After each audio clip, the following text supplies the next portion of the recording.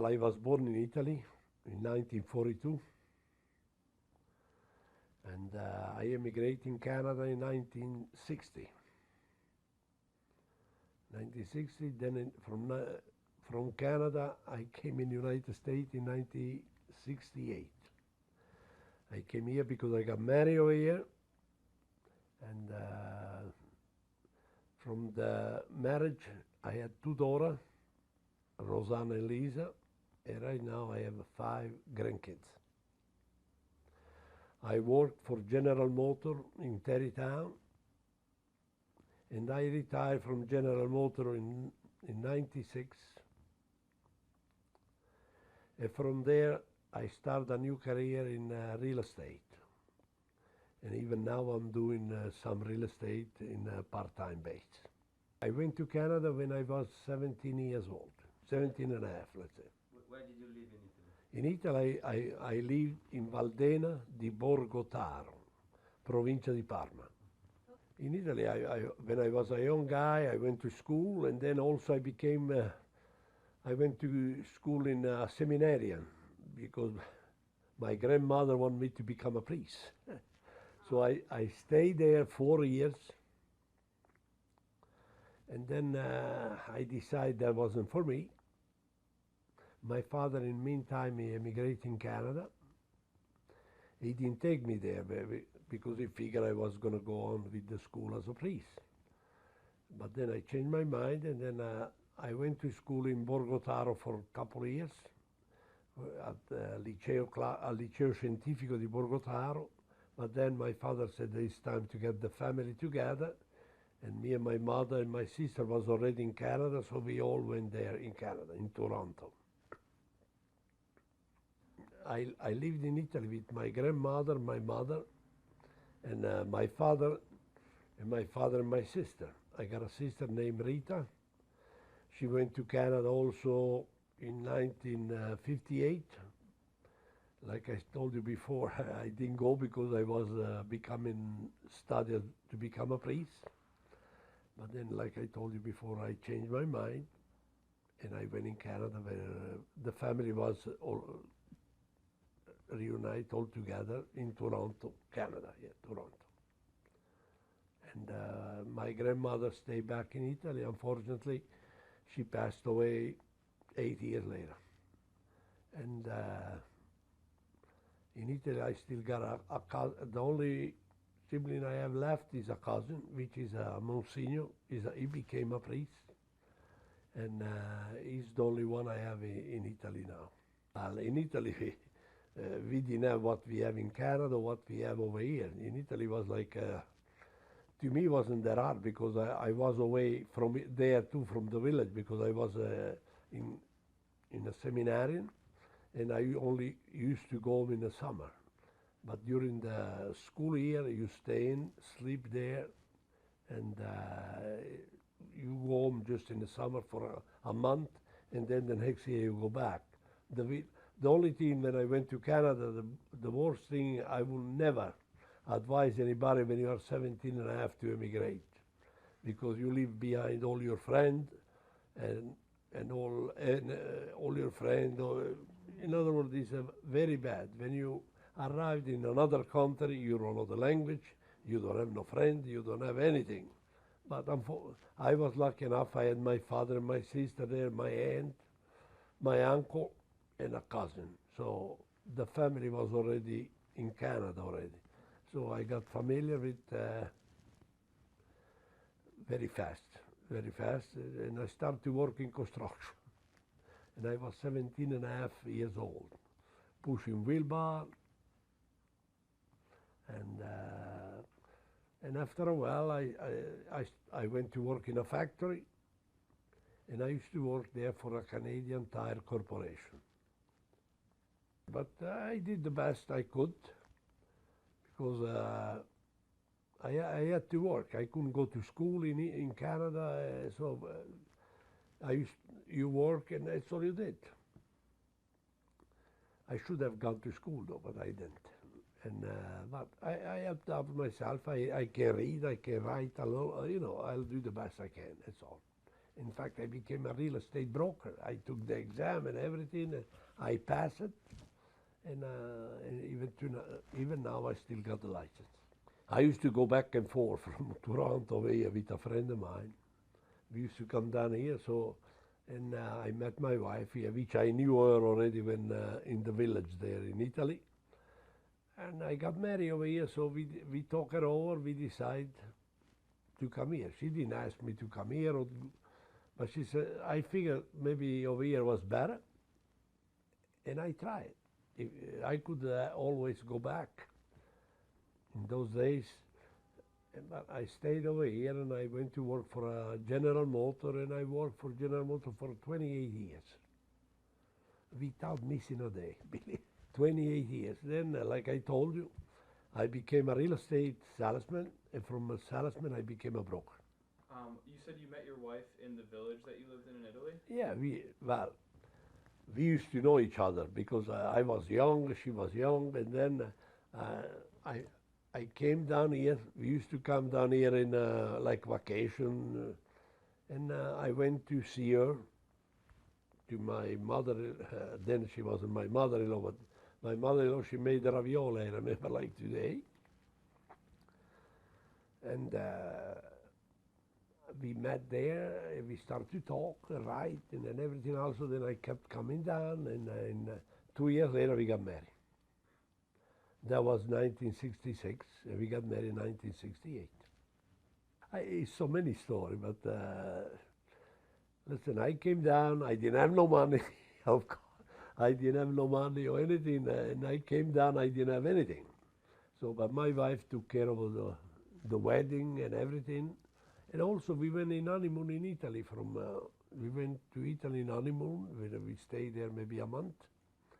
I got to see my grandmother, because my grandmother passed away after, and she got to see her grandparents. And the wedding was beautiful. And what else? All my friends from Canada, they came down, and we had a good time.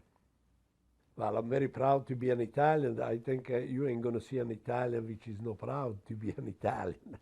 But also, I'm very involved in all the lot of organization over here, especially with the Valtarese Foundation, which I am one of the directors.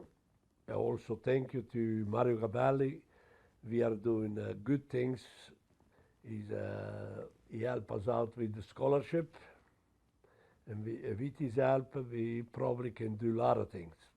I think every year we getting better and better and better. I've been with them around 25 years. Also in 2001, I was elected to be consultore dell'Emilia Romagna. Where consultore dell'Emilia Romagna, they call them anyway. In fact, I got them over here if you want it. Where we have a few clubs over here from Emilia Romagna, so and I'm the one to keep them all together. We have meetings, all association. We have, in fact, we got people from Bologna coming over, and I'm the one to coordinate those visits. And sometimes we have like a dinner dance all together, and everything works out good. You start your life, you go to school.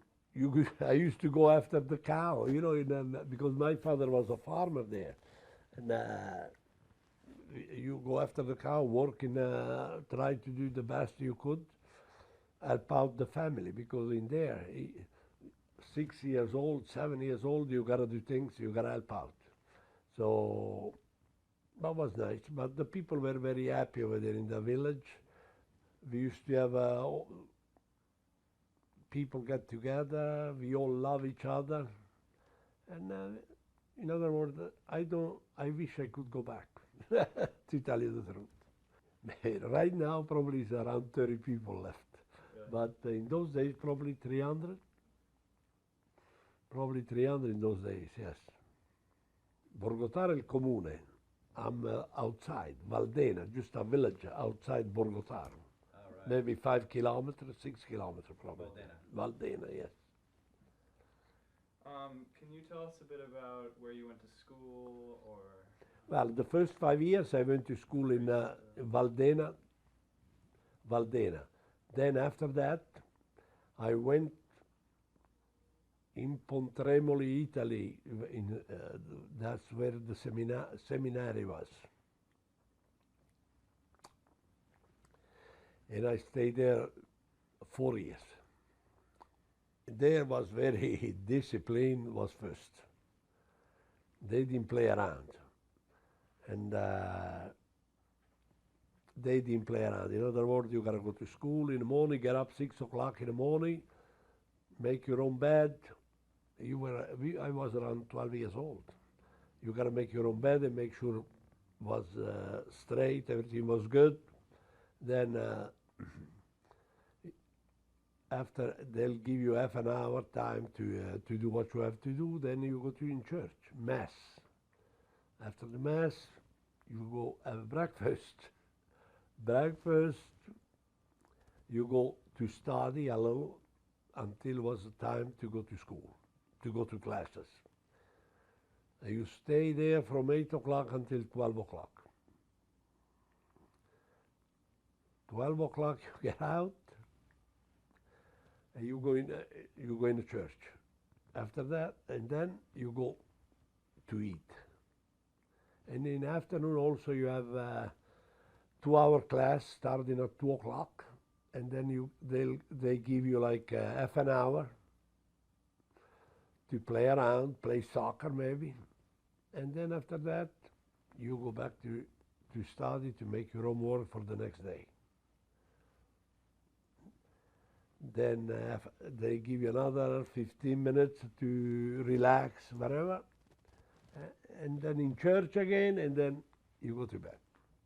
And supper, of course, before, but that was you don't forget those things, because it wasn't easy, but the discipline was there. You gotta study, you gotta do what you gotta do, because if you don't, they punish you. But that's what it was. What was your favorite thing to eat when you lived there? Where? Anywhere, in Italy, in Canada, wherever. La pasta asciutta. Pasta was probably the best. Also, one thing I didn't, I forgot about this. When I went in Italy, from Italy, when I went to Canada, I went there with the boat, Il Conte Biancamano was the name of the boat, and we had to stay there 10 days, from Genoa to Halifax. When you get to Halifax, we had to take the train, and then the train from Halifax to Toronto took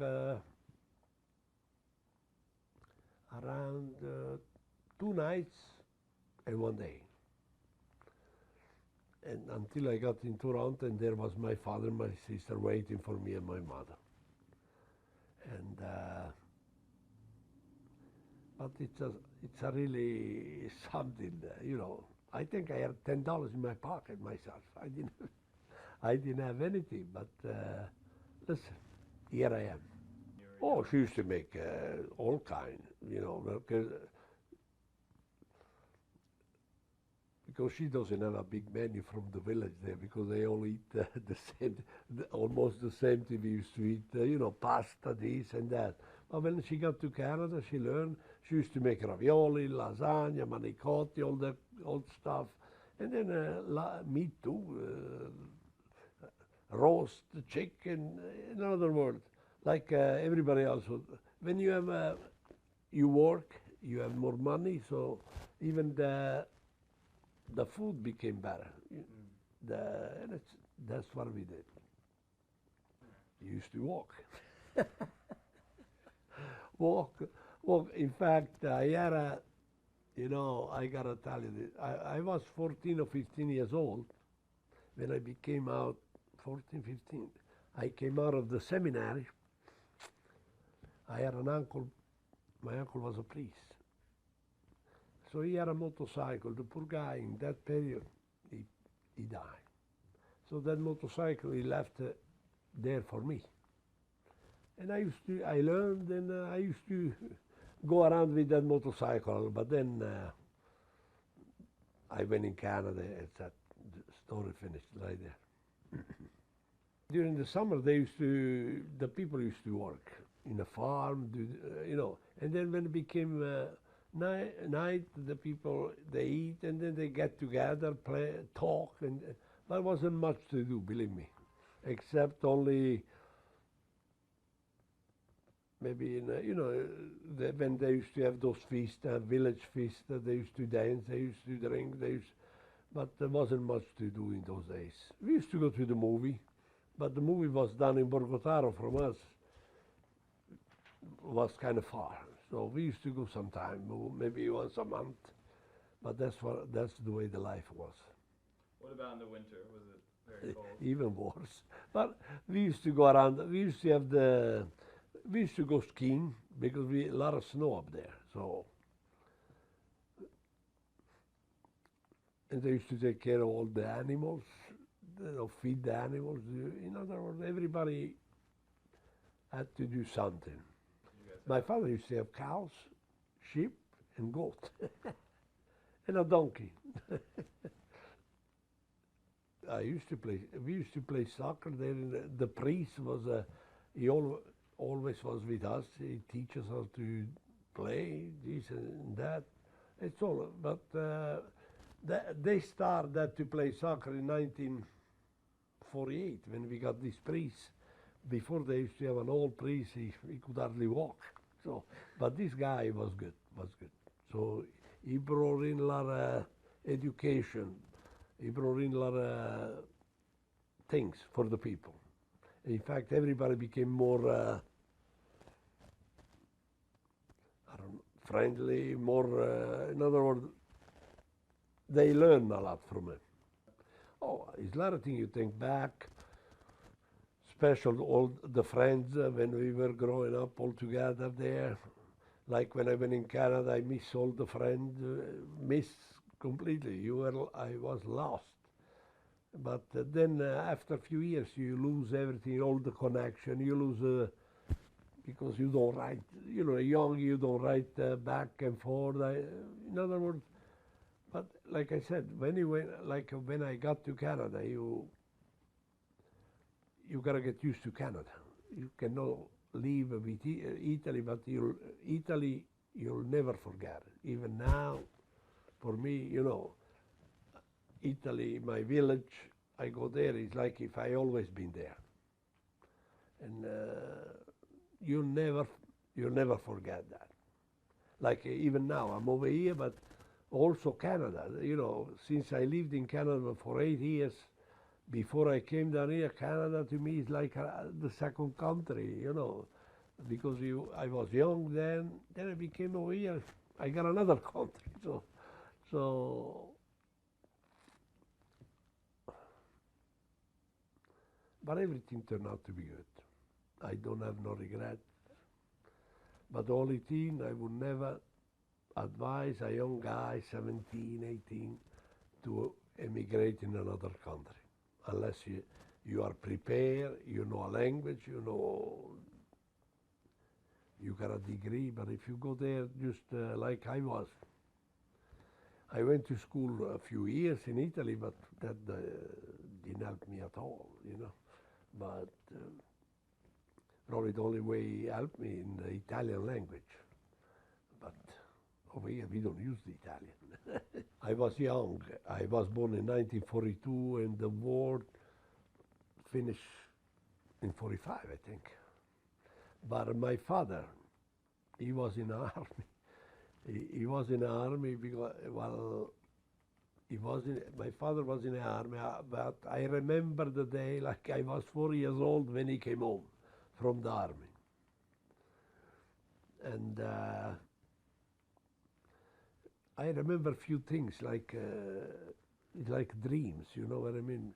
But I don't remember much about the war because, like I told you, 1942. But my father, the first time my father saw me, I was 4 years old.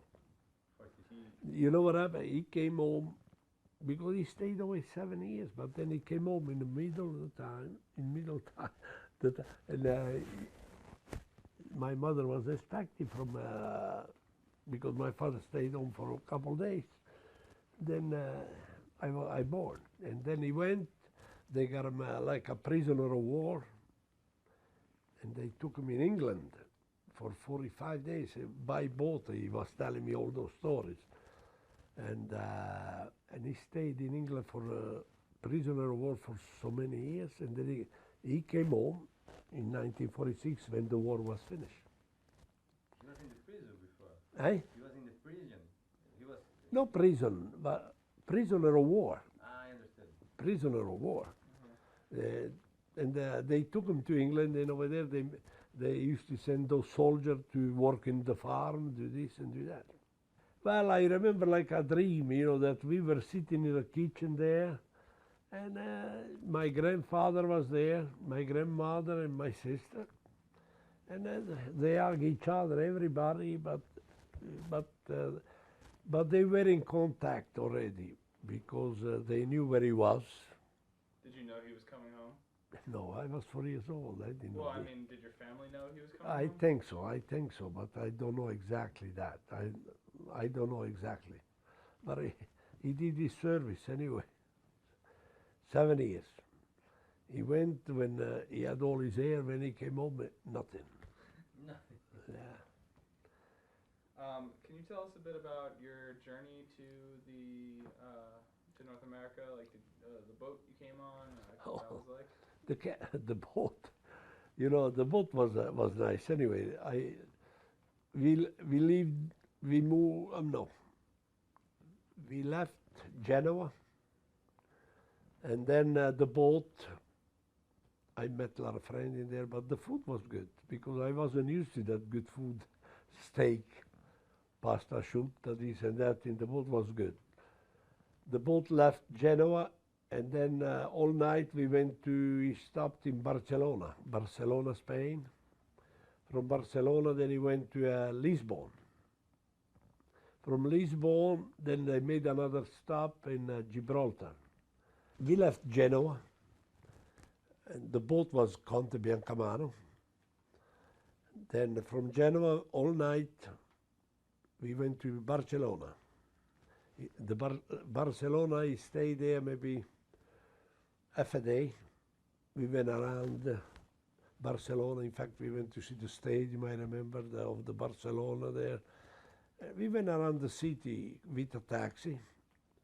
And then we left Barcelona, and then the boat stopped again in Lisbon, Portugal. Who was with you? My mother, Yeah. because my father and my sister were in Canada already. So from Lisbon, then we went to the boat went to Gibraltar. He stopped there for a while because all the people from Gibraltar, they used to bring up stuff, and people bought stuff and everything. Then he took off from there, and then we went in the Atlantic. From the Atlantic, you could see the Azore Island, the Azores, and then from there we went to Halifax. Took around 10 days. Halifax, but the food was good there, but most of the people, they were sick in top of the boat. I think I was young, I was never sick. There I ate steak, pasta, drink wine. In fact, we had a few friends in there. We were the only one to go to eat. We used to go down to eat, and the cook used to say, "What do you guys want? Because you are the only one over here." But anyway, then we arrived in Gibraltar. Like I said, we arrived in Halifax. In Halifax, like I told you, they did all the paperwork, and then they put us on a train, and that took 2 nights and 1 day. I mean, we arrived in the morning, one night, 1 day, and then 1 night we arrived in Toronto, because they stopped in Montreal for a few hours. We had to change the train. And then from Montreal we went to Toronto, where there was my father and my sister. waiting for me and my mother. When I got to Canada, the first thing I did, like I told you, I went to work in construction. But I think since I knew how to play soccer, because when I went in seminary, the only thing they teach you besides school and everything is also how to play soccer. And I went to play with a team in Canada, in Toronto. And so there I started to make friends. And most of those guys, they were Italian really, but we used to have a team, we played.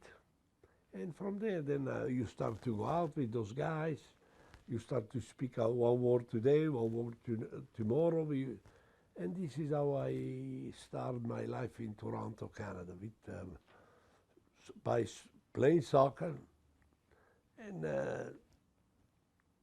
that was the only thing, anyway, I did. And go to work. That's the only thing you do. But and also you get used to the new life by making friends, playing, go here, go there, because also those guys, they were there a year or two before me, so they knew, they had experience, and they started to take me out, and this we kept going, that's all. But also, you know what it is in Canada, from my own village, probably we were around over 100 people from that small village, they emigrate there. You don't feel like, because you used to go to one house, another house, so you don't really feel like you are far away from your village.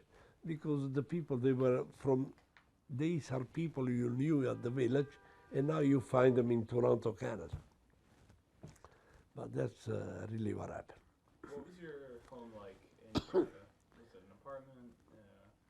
When I got there, my father already he bought the house. That was good already. My father bought a house, brand new house. We used to have a 3-bedroom, dining room, living room and kitchen, basement, garage. In other words, we had already the house where to live. If you go to Toronto, today I don't know because after so many years, but in those days, the people used to come like by boat. Maybe every day people come in, new people. So they were all Italian, the blocks and blocks of Italian, because wherever one Italian goes, then the other goes. So, because every house, if you are a brother or sister, they come and live with you, you know, and then little by little they work, and they used to buy their own house, and that's it. And the lives kept going. That's the way they used to live. But one thing,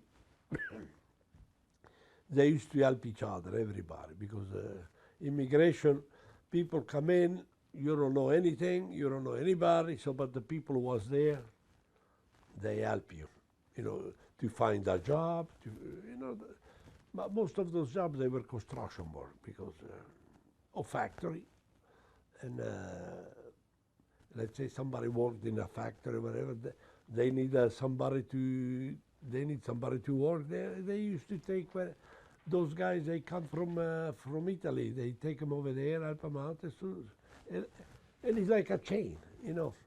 But this is what happened. Listen, I'm very thankful for everything happened. Canada was very good to me. I came here. They were very good also to me. In other words, between Canada and United States, it's like a similar thing, similar stuff, because I went to Canada, you find Italian there. I came over here, it's Italian all over the place. So you got clubs, you got restaurants, you got this. And in other words, you don't really miss Italy unless you go back to Italy. Then you see, you go back, if you go back to Italy, oh, you seem like, after a week, you seem like you never left. But then you come back, the reality that you gotta come back and you gotta start do whatever you were doing. My cousin, and I forgot about this. I got a cousin which is a priest, and I got a sister, my cousin also, and another cousin. I got 3 cousins in Italy, because I don't have nobody else. And my wife has an aunt, which is She's 96 years old, and a nephew, and a sister-in-law my wife has. But this in my wife's side. Myself, I only have three cousins. That's it. Nobody's left there because who went to England, who went in France, who went like us, we went to Canada. So the family, it's all over the world. My cousin, no, he's a priest in another, he's got in another village. He's a priest there, and plus he was a professor in Pontremoli, like where we went to school together, me and him. We went to school, we used to go to school together, and then he became a professor, priest, and everything. And now he's there doing his, like a priest, he does his work, preaching or whatever, but not in Valdena, maybe 5 kilometers from there anyway. In Reading. Yes, same region, same commune, no commune, but there commune is all over, commune over here, commune over there, but it's not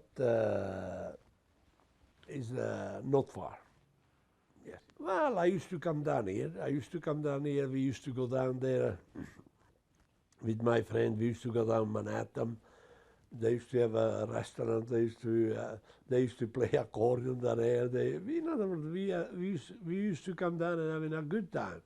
So that's what I said, let me go in New York and see how am I gonna do it. So I came down and I liked it. I started to work in General Motors, in fact, and I worked there for 28 years because General Motors, they used to have a plant in Tarrytown, North Tarrytown, and from there, then they closed the plant after many years, 100 years. But I was there for 28 years, and then they moved down to Atlanta, Georgia. And I didn't go because I had 2 daughters away. They used to go to college already. So I stayed back, and General Motors was very good to me anyway. They paid me 2 years staying home because I had 28 years seniority, and after they gave me the pension. And I was 56 years old. I used to be like a team leader, wherever.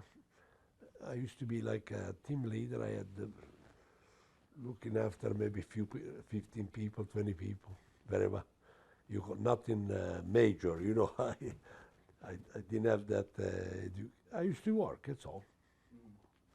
Wherever the other people didn't do, I had to do it. If something was wrong, I had to fix it. That was my job. But and were there a lot of other Italians who Ooh. worked there? a lot of Italians, Spanish, and we were all kind. Spanish, Italian, American. In other words, but it was good. It was good. We were like a family in there too. We used to help each other a lot.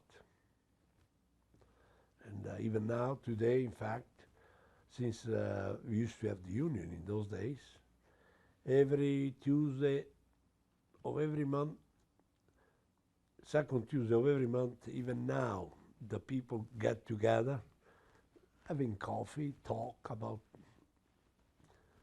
about the past, the future, or whatever we did in our life. But in other words, we still meet and get talk about our life, in other words, and which is very good. Every time we have those meetings, 70 or 80 people comes up at the meeting. Nobody wanted to work on a farm anymore because the farm wasn't that. In those days, when I was there, they used to work on a farm in the land because they didn't have nothing else to do. They didn't have no job, no work or anything, so the only thing left was the land. And that's what happened. But soon the people become more intelligent, I think, if I can say. They moved away. They moved from the little village to the city to work in the factory, who went, like I said before, in England, who went in Germany, who went in France who went, in other words, they got better job like in construction, this and that, and people never went back. Once you go, I would never expect when I left that I wasn't never going to go back to live there. But unfortunately, I never went back to live there. I went there for vacation, but living there is out of question. Over here, like I said, over here I belong to so many Italian clubs. I think that most of the people I associate, they're Italian, especially the people from our village up there, like Borgotaro, Valmozzo, La Solignano. You know, these are my people. You know, you don't change wherever where you were born. Even now, we go together at the club. We sit at the same table. We talk the same. We talk in dialect. We talk. In other words, you'll never change that. You'll never change. You'll be always Italian. Believe me. Even if you speak whatever you do, whatever kind of job. But you know, we are used to those stuff. In other words, we are with the Canadian people. We talk about Canada. We are with America. We talk about over here. But most of the time you find yourself all the time with the Italian. Myself, if I gotta go someplace, if like a dinner dance, this and that, if we're gonna be all the Italian people, wherever, then I go. But if I gotta go there with different people or whatever, I don't know if I go or not. But we have so many dinner dances that you don't have no time to do anything else. But like I said before, you know, like the Valtarese, that we have only one dinner dance a year. But we got a club, which we are calling that family club. Every month they have a dinner dance there. They dance, they eat. And then we got all together in there. And now we need some work too. We got to try to get some money in order to get the thing to build it up. Because otherwise, if we let the club go, all the association from Emilia Romagna, they gone. Because that's a place where we do have a meeting. All the clubs go there to have a meeting, to have to do whatever they got to do. That's the point. Well, it's a good thing you know Mario then, right? Pardon? That's a blessing. Yes, That Marco, I really hope with all my heart that they're gonna get involved, because now we got Silvio. He became a member the last time we were there. So we need people like that, because this club has been there for 100 years. And nobody can sell that place.